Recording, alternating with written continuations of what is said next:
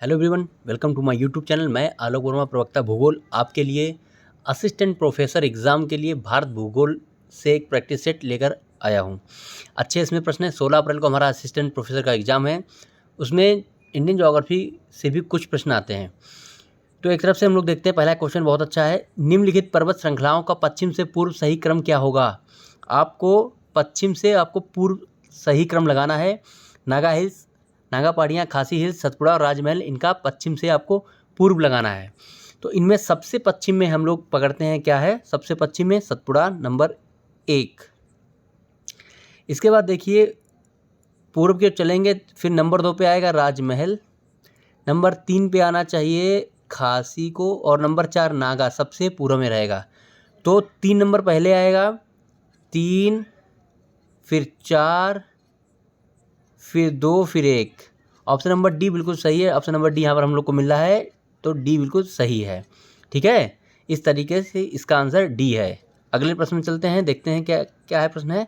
ये भी बहुत अच्छा है।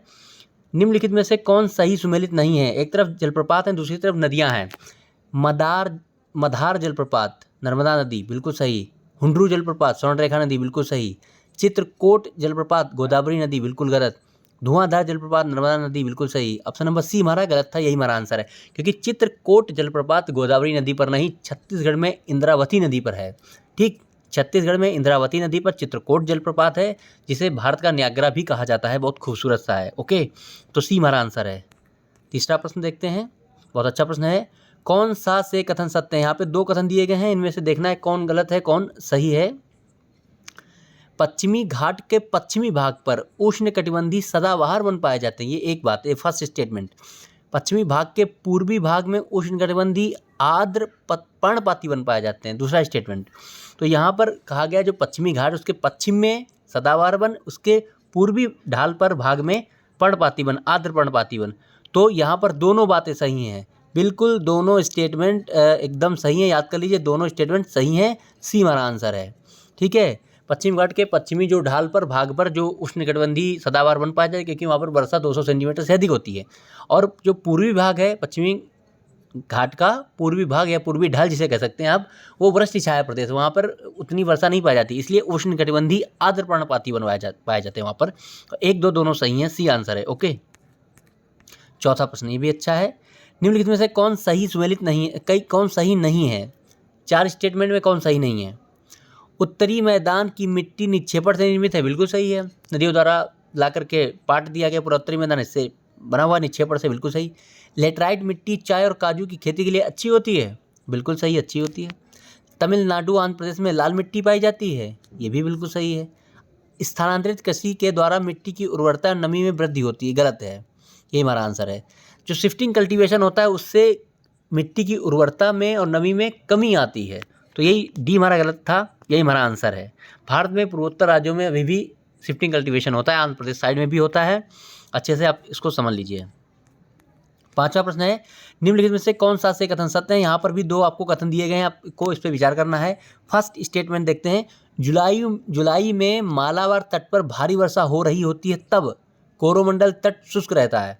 जुलाई में जब मानसून का टाइम होता है, तब मालाबार तट यानी केरल वाला इलाका भारी वर्षा हो रही होती है वहाँ पर। ठीक है, तब कोरोमंडल तट यानी तमिलनाडु वाला क्षेत्र शुष्क रहता है, बिल्कुल सही। पहला स्टेटमेंट बिल्कुल सही है।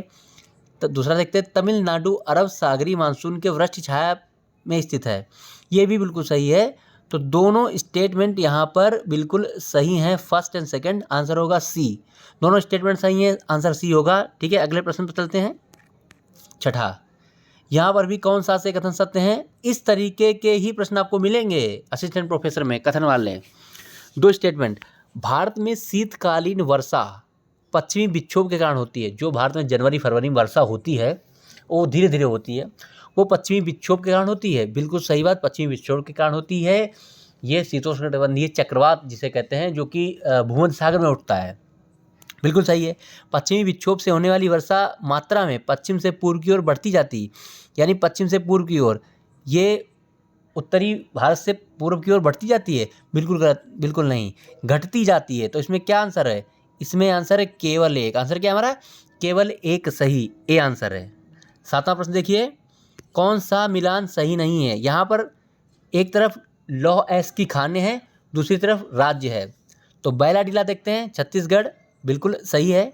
कुद्रेमुख कर्नाटक बिल्कुल सही है। गुरु महिसानी आंध्र प्रदेश गलत है। नौवा मंडी झारखंड बिल्कुल सही है।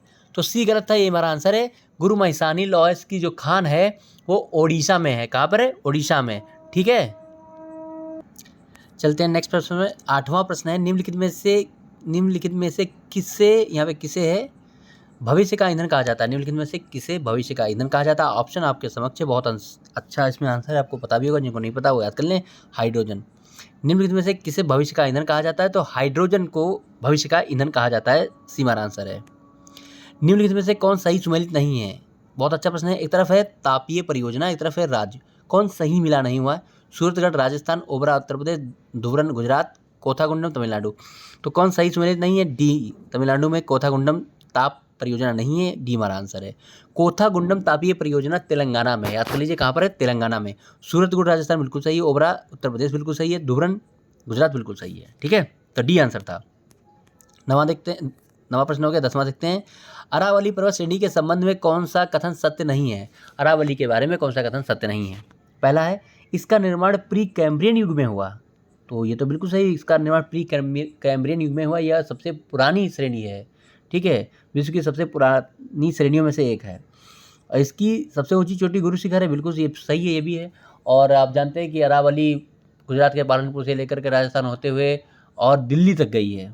ठीक है, और इसके पश्चिम की ओर से माही, लूनी नदियाँ निकलती हैं। बहुत सही है कि अरावली के पश्चिम से लूनी और माही जैसी नदियाँ निकलती हैं। लूनी को लवण नदी भी कहा जाता है। लूनी समुद्र तक नहीं पहुँचती है, लूनी कच्छ के रण में ही समाप्त हो जाती है। सब सही है, तीसरा भी सही है। अब आते हैं लास्ट, इसके पूर्व से चंबल नदी निकलती, बिल्कुल गलत है, यही हमारा आंसर है।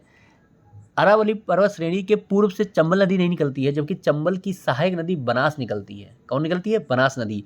और चंबल निकलती है मध्य प्रदेश से। ठीक है, और मध्य प्रदेश होते आते हुए यूपी में आ जाती है, फिर ये यमुना में मिल जाती है। ओके, डी हमारा आंसर है।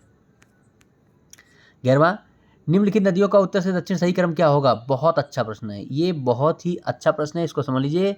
उत्तर से आपको दक्षिण लगाना है। ये नदियों का उत्तर से दक्षिण सही क्रम क्या होगा? सभी नदियाँ आपके सामने, गंगा सब में जुड़ा हुआ लगभग, आप देख लीजिए।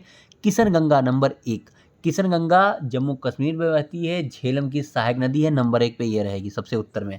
उसके दक्षिण में आएगी, देख लीजिए क्या आएगा, नंबर 2 आएगा रामगंगा।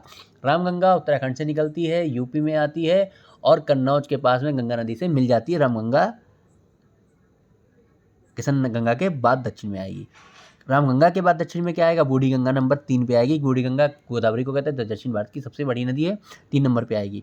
सबसे दक्षिण में आएगी महाबेली गंगा, नंबर 4 पे आएगी। महाबेली गंगा श्रीलंका की सबसे बड़ी नदी है, सबसे प्रमुख नदी है महाबेली गंगा, श्रीलंका में बहती है। तो सबसे पहले आएगा 1 नंबर, 1, फिर आएगा 3, फिर आएगा 4, फिर 2, 1 3 4 2, 1 3 4 2, ऑप्शन नंबर सी बिल्कुल सही है। अच्छे से इसको समझ लीजिए और इस तरीके के ही प्रश्न आपको देखने को मिल सकते हैं, सी हमारा आंसर है। 12वां, गंगा की एकमात्र सहायक नदी जिसका उद्गम मैदान से हुआ है। बहुत अच्छा प्रश्न है, ये सिंपल ही प्रश्न है, आप इसको जान रहे होंगे कई लोग। तो इसका आंसर है गोमती। गोमती नदी का जो उद्गम हुआ है फुलहर झील, फुलहर झील पीलीभीत जनपद से हुआ है, फिर आगे आकर के सीतापुर हरदोई बॉर्डर बनाते हुए लखनऊ पहुंच जाती है, लखनऊ से बसा हुआ है, आगे जौनपुर से बसा हुआ है, फिर गाजीपुर के निकट जाकर के गंगा नदी में गोमती नदी मिल जाती है। बी आंसर है हमारा। 13वां प्रश्न, गंगा नदी किसका उदाहरण है? बहुत अच्छा प्रश्न है, ये तो आपको पता ही होगा। गंगा नदी पूर्ववर्ती अपवाह का उदाहरण है।